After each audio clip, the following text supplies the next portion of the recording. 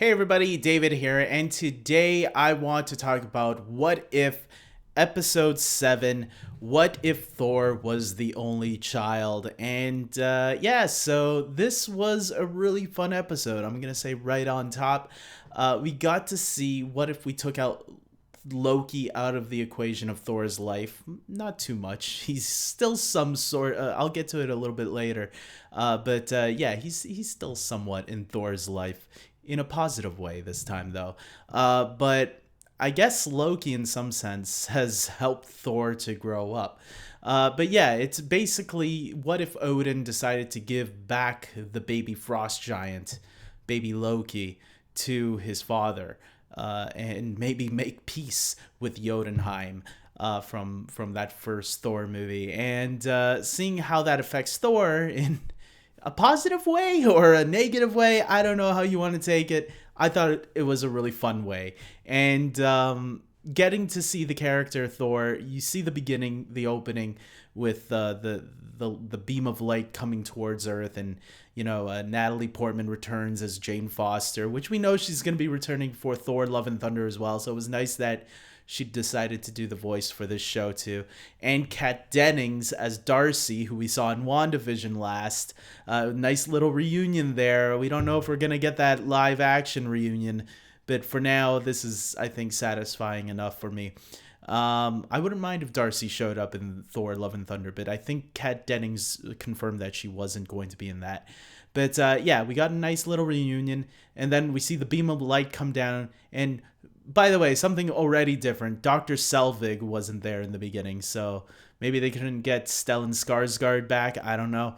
But the beam of light passes them, doesn't hit the Mexico, the desert in Mexico or New Mexico, and instead goes to the city. And Thor decides to party with his friends, and so basically this episode was a little bit of when the parents go away, the kids have fun and party while their parents are gone for like the long weekend or something like that. And I really enjoyed it. I thought there were a lot of really nice Easter eggs and humor throughout, some nice cameos. We got Korg showing up, Taika Waititi in a very brief role. I don't even he said something, but I didn't catch what he said.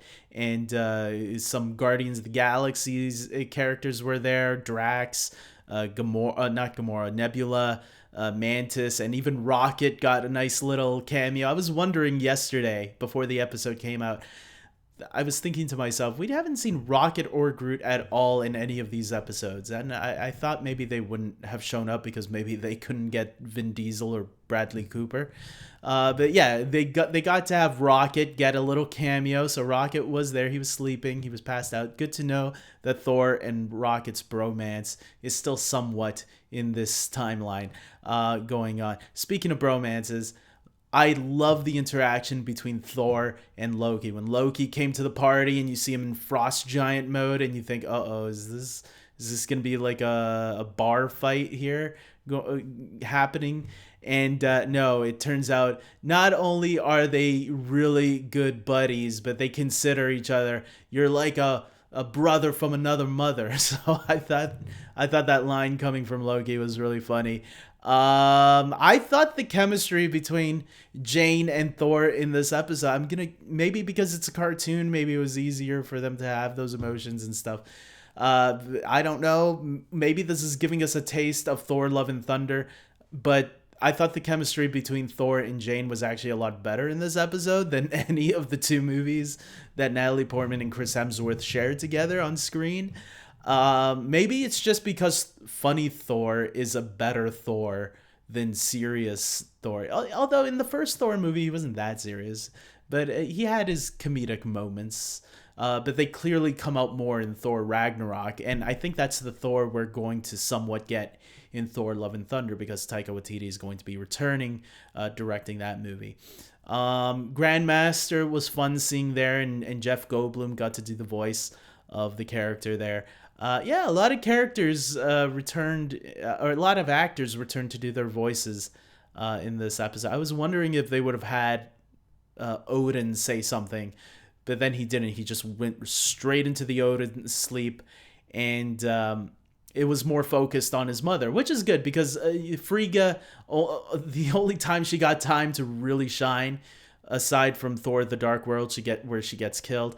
I thought Avengers Endgame gave Frigga some great moments with Thor in that movie when he went back in time to, funny enough, Thor: The Dark World. But it was funny seeing her be the mother, giving her son like, I'm gonna punish you if you're causing some trouble, and it was kind of funny when Captain Marvel. By the way, they give us a Captain Marvel versus Thor battle in this episode, and which was really cool. I liked it. But it was funny when like they all realized that, wait, he has a mother and he's scared of his mother, so he had to tidy up the whole thing at the end, which was pretty funny to me. I loved when Korg knocked Nick Fury out before, when we find out that Maria Hill comes to see Jane Foster, and she says she's the acting what was it again? She's acting. But she said she's the person in charge, acting director of S.H.I.E.L.D. And she says, you're the acting director or something like that. And yeah, because your alien knocked him out. Or we see Korg knocking Nick Fury away, and apparently he's in a coma. So that made me laugh. There were some pretty funny moments, I'll say. It wasn't like the most hilarious things you'll ever hear, but it got me to laugh a couple of times. I'll admit there were some funny moments throughout. Chris Hemsworth, obviously brilliant as Thor, so you gotta love his doofus version of Thor. Party Thor is what this version is called. And even after he cleans everything up on Earth, by the way, when the Leaning Tower of Pisa, when he puts that up in Italy, it reminded me of Superman 3, because Superman did that in Superman 3. I don't know if that was a reference to it. I doubt it, but whatever. He leaned it straight instead of leaving it a little crooked, because it was already crooked, but he had to put it more straight, which is what evil Superman does in Superman 3. Yeah, it was a great episode. And then when his mother comes, I remember now, he was acting like, oh yeah, we're studying book club or something. And oh really? And then when he gets his hammer, oh no, there's the sign that he did something wrong. So yeah, it was a fun episode, man. I really had a good time watching it. And they obviously leave us with a little stinger at the end, thinking, oh, everything in this timeline seemed perfect. And then it was like a happy ending. And then all of a sudden, Ultron Vision comes out with the Infinity Stones and everything. And we're like, oh, shoot, man. This is it. This is the leading up to the last two episodes where we know that all the heroes are going to have to collide and team up in some sort of grand multiversal battle. I think it's awesome. I can't wait for next week to see what that storyline is going to be. But I thought this leading into it, I thought it was a lot of fun. I thought this was much better than the Killmonger episode. I liked the Killmonger episode. I know some people were a little mixed on it. I think my younger brother, said he thought it was a little boring. But me and my other brother, we both enjoyed it. So yeah, I mean, this show has been pretty good. I've been enjoying the show all the way through. Yeah, I've enjoyed every episode. So far so good for me. Look, not everything needs to be amazing. You're not always gonna have the most Emmy award winning shows on earth, and sometimes I don't even care for those Emmy award winning shows. I just watch what I like, and that's who I am. So with that being said, comment below, guys. Tell me, what did you think of the latest episode of What If? Are you like me, and did you find this episode to be a lot of fun, or maybe you felt opposite? Maybe you didn't think it was that great. Let me know in the comment section below.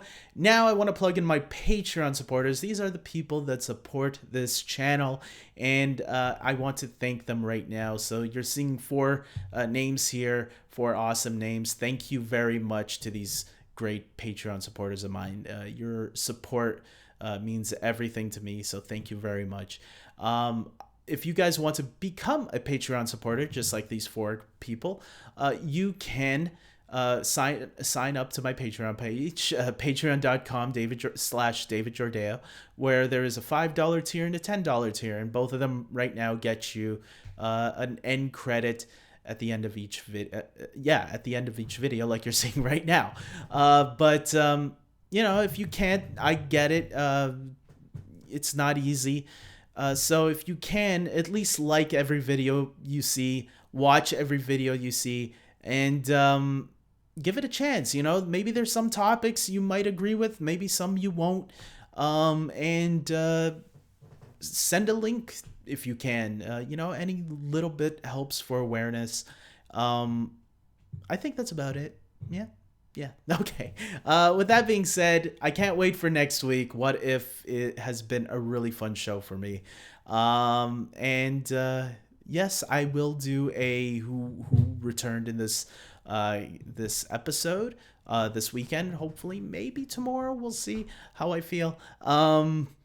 But yeah, it's been a lot of fun. So with that being said, okay, guys, I'm wrapping this up because I'll just blabber on and on nonsense. Until next time, everybody, take care.